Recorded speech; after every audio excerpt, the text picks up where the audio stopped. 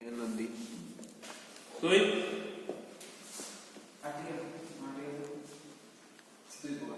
কি কে তিন প্রকার। আমি কোশ্চেনটা করেছি আর্টিকেল ক প্রকার, আমি কোশ্চেনটা করিনি যে আর্টিকেল কি কি। বল জানিস অ্যাসিস্ট্যান্ট কি কি জানিস? যদি কোশ্চেনটা করে যে আর্টিকেল ক প্রকার তাহলে হবে আলাদা অ্যানসার, যদি কোশ্চেন করে আর্টিকেল কি কি তাহলে হবে আলাদা অ্যানসার। যদি বলে আর্টিকেল ক প্রকার, আর্টিকেল হচ্ছে দু প্রকার, डेफिनाइट इंडेफिनाइट। একটা হচ্ছে ডেফিনাইট আর্টিকেল আর একটা হচ্ছে ইনডেফিনাইট আর্টিকেল। ডেফিনাইট আর্টিকেল কি? দি। ইনডেফিনাইট আর্টিকেল কি কি? এ আর এ। বোঝা গেছে কোশ্চেনের পার্থক্যটা? যদি তোকে কেউ কোশ্চেন করে যে আর্টিকেল 40 তখন বলবি আর্টিকেল তিনটি, কি কি না এ এন্ড দি।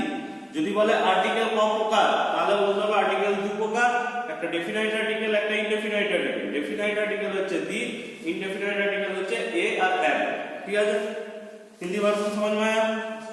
আচ্ছা, দিটাকে ডেফিনাইট আর্টিকেল বলা হয় কেন? না দি এর মাধ্যমে নির্দিষ্ট করে কোনো জিনিসকে বোঝানো যায়, সেই জন্য দি হচ্ছে ডেফিনাইট আর্টিকেল। আর ইনডেফিনাইট আর্টিকেল মানে অনির্দিষ্ট করে এ আর এম এই দুটো দিয়ে বোঝানো যায়, সেই জন্য এটা হচ্ছে ইনডেফিনাইট আর্টিকেল। ঠিক আছে বস। এরপরে আমরা ছোটবেলায় কি পড়েছিলাম? এই দুটো জিনিস পড়েছিলাম, একটা হচ্ছে ভাওয়েল আর একটা হচ্ছে কনসোনেন্ট। তো ইংরেজিতে টোটাল লেটার কয়টা আছে? 52। হ্যাঁ 26। ভাওয়েল কয়টা? 5টা। ভাওয়েল হচ্ছে 5টা। তাহলে কনসোনেন্ট কয়টা? 21টা। টোটাল যোগ করে 26 হবে। এবারে ভাওয়েল কি কি ছিল?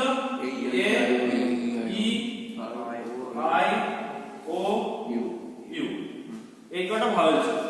ছোটবেলায় আমরা কি পড়েছিলাম যে এই ভাওয়েলগুলোর আগে সব সময় এন বসে আর কনসোনেন্টের আগে সব সময় এ বসে পড়েছিলাম, কিন্তু যেটা পড়েছিলাম সেটা ভুল পড়েছিলাম। ঠিক আছে, কেন ভুল পড়েছিলাম এবারে বলবো। ধর তোকে আমি যদি বলি ড্যাশ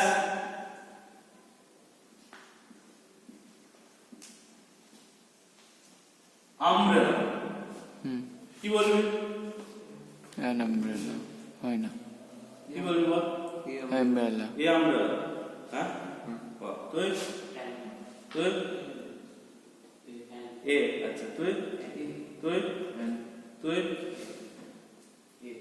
তুই তুই কেন এ কেন? ইউটা ইউর মতো উচ্চারণ হচ্ছে না এখানে। ইউটা ইউর মতো উচ্চারণ হচ্ছে না। আমব্রেলা স্যার ইউ এরকম কোন উচ্চারণ কই আছে? বুঝলাম না, একবার বল। মানে স্যার এইখানে যে ভাওয়েলটা আছে প্রথম, সেটা স্যার ইউ এই ধরনের কোনো উচ্চারণ তো হচ্ছে না। হ্যাঁ তাহলে কি হবে? তাহলে স্যার তো মানে স্যার এ হওয়া উচিত। এ হবে। তো প্রবলেমটা কি হয়ে যাবে বলতো? তুই হয় অতিরিক্ত ঘুমিয়েছিস না কম ঘুমিয়েছিস। এখানে ইউর উচ্চারণ এর মতো হচ্ছেই না, এখানে ইউর উচ্চারণ আ আসছে। আ হচ্ছে একটা ভাওয়েল সাউন্ড। ছোটবেলায় আমাদেরকে বলেছিল যে এখানে ইউ আছে মানে এটা ভাওয়েল আছে, তার আগে এন বসে, কিন্তু ওটা ভুল। কেন ভুল সেটা পরে বলছি। তোরা মনে রাখবি যে ভাওয়েল সাউন্ড তোদেরকে যেটা দেবে সেটাকে উচ্চারণ করবি, দিয়ে দেখবি ভাওয়েল সাউন্ড আসছে। যদি ভাওয়েল সাউন্ড আসে তাহলে সেখানে এন। ঠিক আছে, তুই যেটা বলছিস সেটা এবারে বলি। यूरोपियन ইউনিভার্সিটি, তার আগে কি বসে? द দা দা হয়েছে এই ক্ষেত্রে। দা হবে না, এর মধ্যে কি বসে? ए তুই কি বল। এনই তো হয়েছে। ইউনিভার্সিটির আগে এন হবে। ए অ্যাসিস্ট্যান্ট তোমার কি খবর? মাজিদা জানলে তো হার্ট ফেল করে মরে যাবে। এখানে এ কেন হলো? এখানে ইউ এর উচ্চারণ ইউ এর মতো হচ্ছে, যেখানে এর উচ্চারণ ইউ এর মতো হয় সেখানে এন না বসে এ বসে। এগুলো আশা করি ছোটবেলায় পড়েছিল স্যার, তাই তো? এগুলো অনেক এক্সাম্পল আছে, যেমন ইউনিভার্সিটি, ইউনিক, এগুলো আগে এ বসে। কেন বসে এটা মাথায় রাখবে। যখন ইউ এর উচ্চারণ ইউ এর মতো হয়, ভালো করে বুঝবি, যখন ইউ এর উচ্চারণ ইউ এর মতো হয় তখন সেখানে এন না বসে এ বসে। বোঝা গেছে? দিকে না দেখ, যখন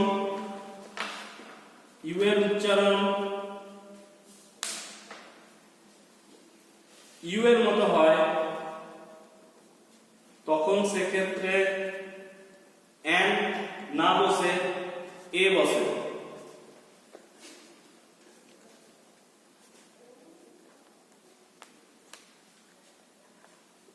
ঠিক আছে? এক্সাম্পল লিখে রাখ, ইউনিভার্সিটি, ইউনিক,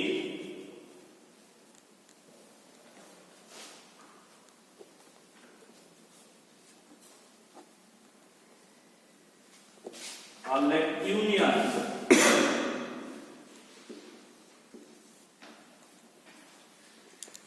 হয়েছে? আচ্ছা, এটা একটা গেল। নেক্সট হচ্ছে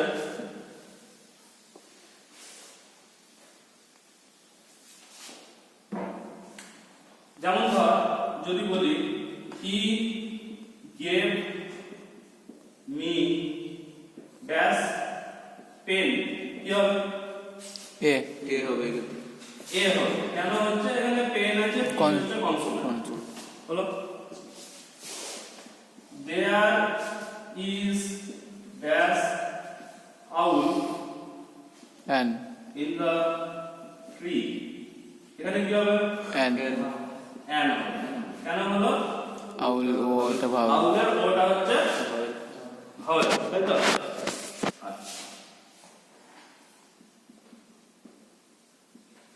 He gave me dash 1 rupee note, কি হবে? এ এই হবে এ হবে। হ্যাঁ এটা হচ্ছে ব্যতিক্রম। ঠিক আছে? যখন ও এর উচ্চারণ ওয়া ওয়া হবে তখন সেক্ষেত্রে এন না বসে এ এ বসে। বসবে স্টার মার্ক দিয়ে লিখে রাখ। যখন ও এর উচ্চারণ ওয়া হবে তখন সেক্ষেত্রে এন না বসে এ বসবে।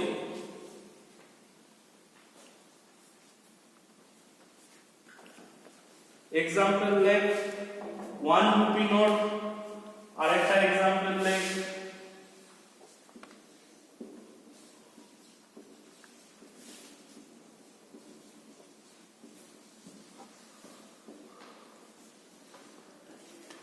ওয়ান আইড ডিয়ার, এক চক্ষু হরিণ। পরীক্ষাতে জেনারেলি এইটা আর এইটাই বেশি দেয়। ঠিক আছে? এই দুটোই পরীক্ষাতে বেশি দেয়। ব্যতিক্রমের মধ্যে ইউনিভার্সিটি সব থেকে বেশি দেয়, ইউনিকটাও মাঝে মাঝে দেয়, ইউনিয়ন অত দেয় না, এটা কম দেয়। ঠিক আছে? এটা হচ্ছে লেস ইম্পর্টেন্ট, কিন্তু এই দুটো হচ্ছে বেশি ইম্পর্টেন্ট ইউএর ক্ষেত্রে, ব্যতিক্রমগুলোর মধ্যে হচ্ছে। আর ও এর ক্ষেত্রে এই দুটো হচ্ছে বেশি ইম্পর্টেন্ট। স্যার অনেস্টের ক্ষেত্রে এন বসবে তো? যাচ্ছে আস্তে, কত স্পিড নিলে হবে? লোকাল ট্রেন তুই যদি সুপার ফাস্টের স্পিড নিস তাহলে কি হবে? আচ্ছা, হয়ে যায় দাদা, মুছে দেবো।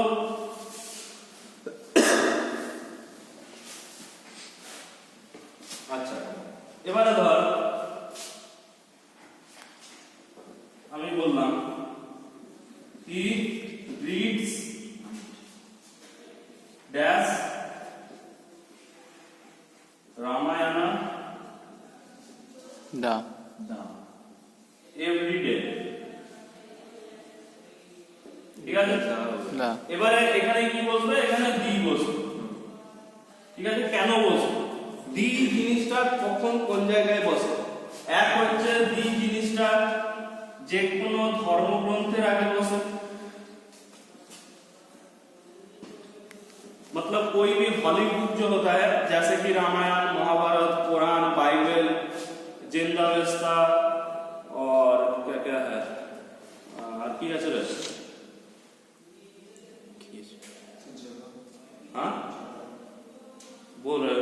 कोई भी हॉली बुक होगा तो उसके पहले दी बैठेगा। পৃথিবীতে যে জিনিস একটাই আছে,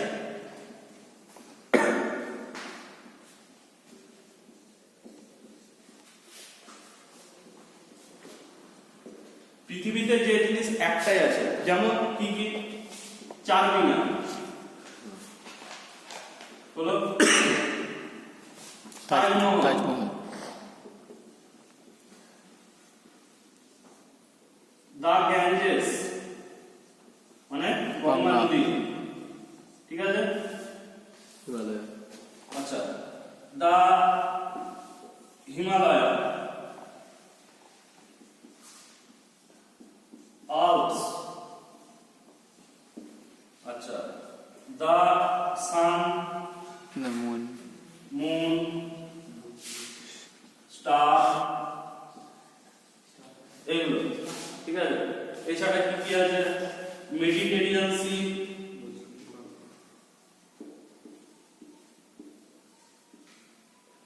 Pacific Ocean,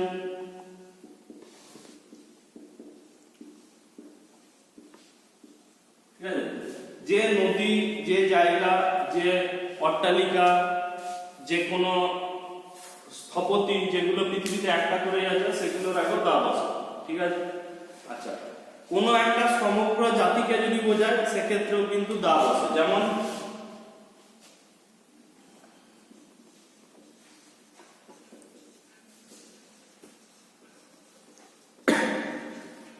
the man is modern, এখানে সমগ্র মানুষ প্রজাতিটাকে বোঝাচ্ছে, मतलब মানুষ মরণশীल, ठीक है?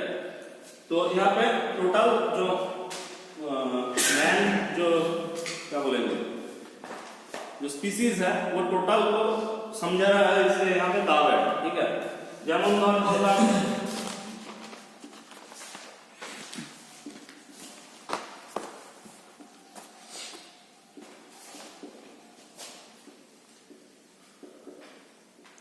the dash cow is dash useful animal, cow is an তাহলে useful, এখানে হবে দা কাউ, কেন না সমগ্র গরু প্রজাতিকে বোঝাতে চাইছে।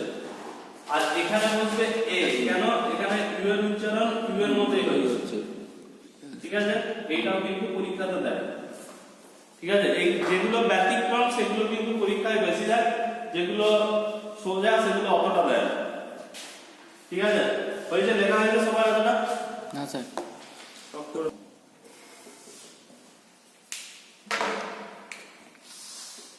আচ্ছা, তোদের সিলেবাসটা একবার বলে দিই, হ্যাঁ?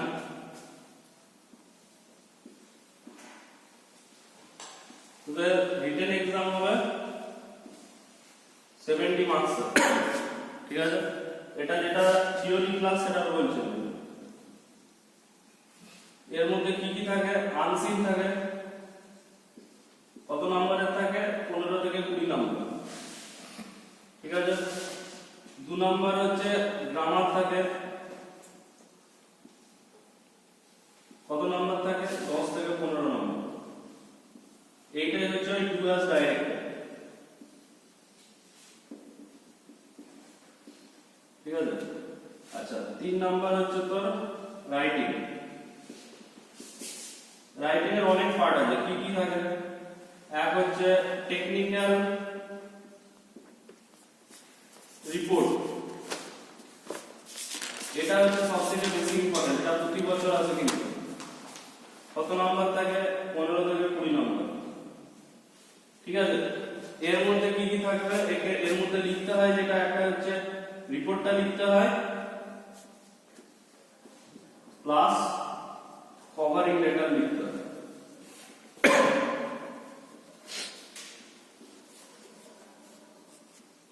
ঠিক আছে?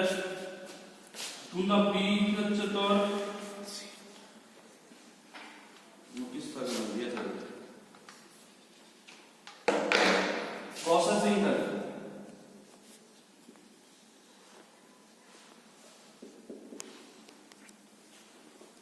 ঠিক আছে? এটা থাকে 10 নম্বর। সি হচ্ছে লেটার থাকে, এটা থাকে 10 নম্বর। ডি হচ্ছে নোট টেকিং থাকে,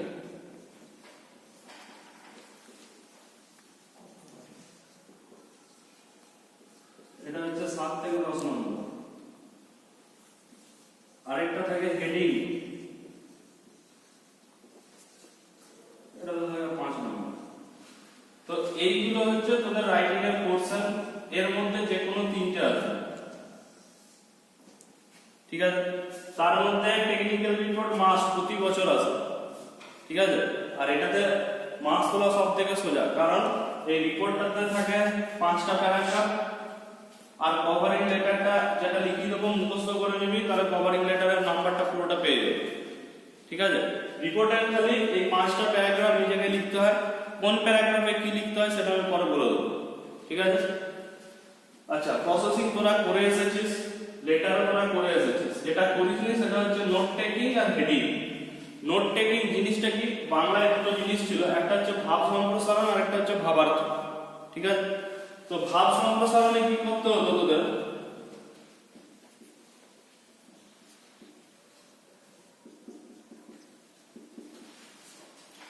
ভাব সম্প্রসারণে তোকে একটা ছোট জিনিস দিয়ে দিত, সেটাকে বড় করে লিখতে হতো, স্মল টু লার্জ। আরেকটা জিনিস তোদের থাকতো যেটা হচ্ছে ভাবার্থ, যেটা তোকে কি দিয়ে দিত, বড় একটা জিনিস দিয়ে দিত, সেখান থেকে তোকে ছোট করতে হতো, ঠিক আছে। তো এই নোট টেকিংটা কি জিনিস, এই নোট টেকিংটা হচ্ছে তোর ভাবার্থ, মানে তোকে একটা বড় জিনিস দিয়ে দেবে, সেখানে ধর যে পয়েন্টগুলো ইম্পর্টেন্ট সেইগুলোকে 1 2 3 4 করে 7 থেকে 10টা পয়েন্ট করতে হবে, বোঝা গেছে। नीचे नीचे 1 2 3 4 করে করতে পারিস বা পাশাপাশিও করতে পারিস। अच्छा, नोट टेकिंग क्या चीज है, नोट टेकिंग जो चीज है वो एक बड़ा चीज दिया हुआ रहेगा, जैसे सपोज जैसे रविंद्रनाथ का जो पैराग्राफ होता है वो दिया हुआ है, तो तुमको उसमें से जो जो मेन पॉइंट है उसको अलग करना है, 7 या 10 पॉइंट अलग करना है, उससे तुमको मिल जाएगा 7 से 10 मार्क्स, ठीक है। हेडिंग টা কি জিনিস, হেডিং হচ্ছে তোকে ধর প্রিয়ব্রত জীবন কাহিনী দিয়ে দিল, তো হেডিংটা লিখতে হবে যে লাইফ সার্কেল অফ প্রিয়ব্রত, এইটুকু লেখার জন্য তোকে দিয়ে দেবে 5 নম্বর, ঠিক আছে। ইংরেজিতে কিন্তু নাম্বার তোলা সোজা, কেন না এই আনসিনের মধ্যে আমি তোকে বলে দিই, যে নাম্বারটা তোলা কঠিন সেটা হচ্ছে এ তে থাকে সিনোনিম অ্যান্টোনিম, এটা তোলা একটু কঠিন যদি না তোরা ইংলিশ ভালো জানিস, ঠিক আছে। আরেকটা কি থাকে, আরেকটা হচ্ছে ধর এখানে তোকে আনসিনটা দিল, একটা জায়গায় আন্ডারলাইন করে দিল, সেই জায়গাতে সেই ওয়ার্ডটার পরিবর্তে কোন ওয়ার্ডটা বসবে, এই জিনিসগুলো কঠিন। কিন্তু কোশ্চেন অ্যানসার করা কঠিন নয়। কেন কঠিন নয় আমি বলি, যখন আনসিন পড়বি, আনসিন পড়ার আগে আগে কোশ্চেন গুলো পড়বি, যে সেই কোশ্চেন গুলো যে আগে দাগ দিবি, ধর রবীন্দ্রনাথের জীবন কাহিনী দিয়েছে, এখানে লেখা আছে যে রবীন্দ্রনাথ ওয়াজ বর্ন অন এত অ্যাট এত বা ইন এত অ্যাট এত, তোকে এখানে দিল when did Rabindranath was born, তাহলে কোনখানটা দাগ দিবি, এই যে ওয়াজ বর্ন এই জায়গাটা দাগ দিবি কোশ্চেন। এরপরে এই যে প্যারাগ্রাফটা বা যে আনসারটা আছে সেখানে ওয়াজ বর্ন কথাটা কোথায় লেখা আছে সেইখানটা আন্ডারলাইন দিবি। যদি যারা ইংলিশ জানিস তারা যেটুকু দরকার সেটুকুই লিখবি, যারা ইংলিশ জানিস না ভালো, বুঝতে পারছিস না ভালো, গোটা যে সেন্টেন্সটা আছে গোটা সেন্টেন্সটাই তুই তুলে দিবি, কোনো অসুবিধা নেই। তুই যদি এক্সট্রা লিখিস তাতেও তোর কোনো অসুবিধা নেই, এমনি 2 নম্বর পেয়ে যাবে, ঠিক আছে। তো সেই চুরি করা জিনিস যেগুলো সেগুলো পরে শিখিয়ে দেবো, এটা হচ্ছে তোদের মেন কথা সিলেবাস, তো এই অনুযায়ী পড়তে হবে, ঠিক আছে। সব করে দেবো, সেটা হচ্ছে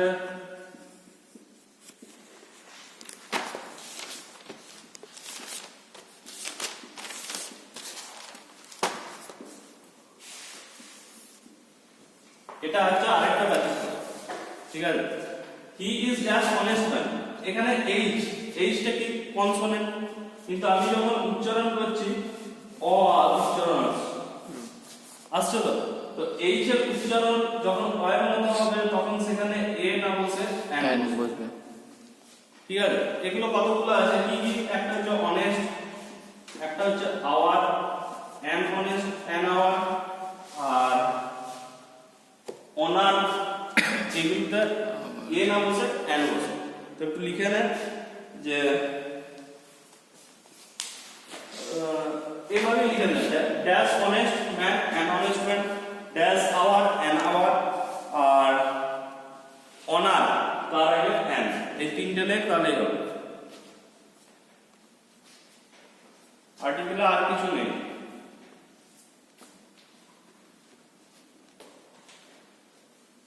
হ্যাঁ, আরেকটা হচ্ছে যদি কোনো জিনিস নির্দিষ্ট করে বোঝায় তখন সেখানে দা বসবে, ঠিক আছে। যেমন ধর এখানে বলছে যে হি বট